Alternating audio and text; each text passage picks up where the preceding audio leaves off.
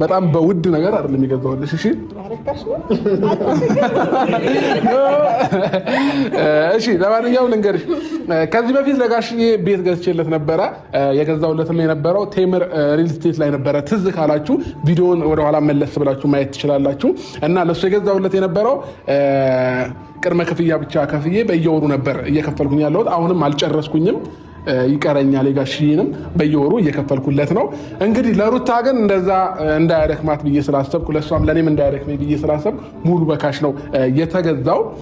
የ8.5 ሚሊዮን ብር ቤት አልጨረስኩም። እሺ ልንገራችሁ፣ አልጨረስኩኝም። የ8.5 ሚሊዮን ብር ቤት ባለ አንድ መኝታ ግን ደግሞ ነገና እና ደግሞ ሙሉ ክፍያ ለሚከፍል ሰው 35% ዲስካውንት እንደነበረው ሰማሁኝ። አንዳንድ ነገሮች ቴሌግራምም ላይ አየሁኝ። ከዛ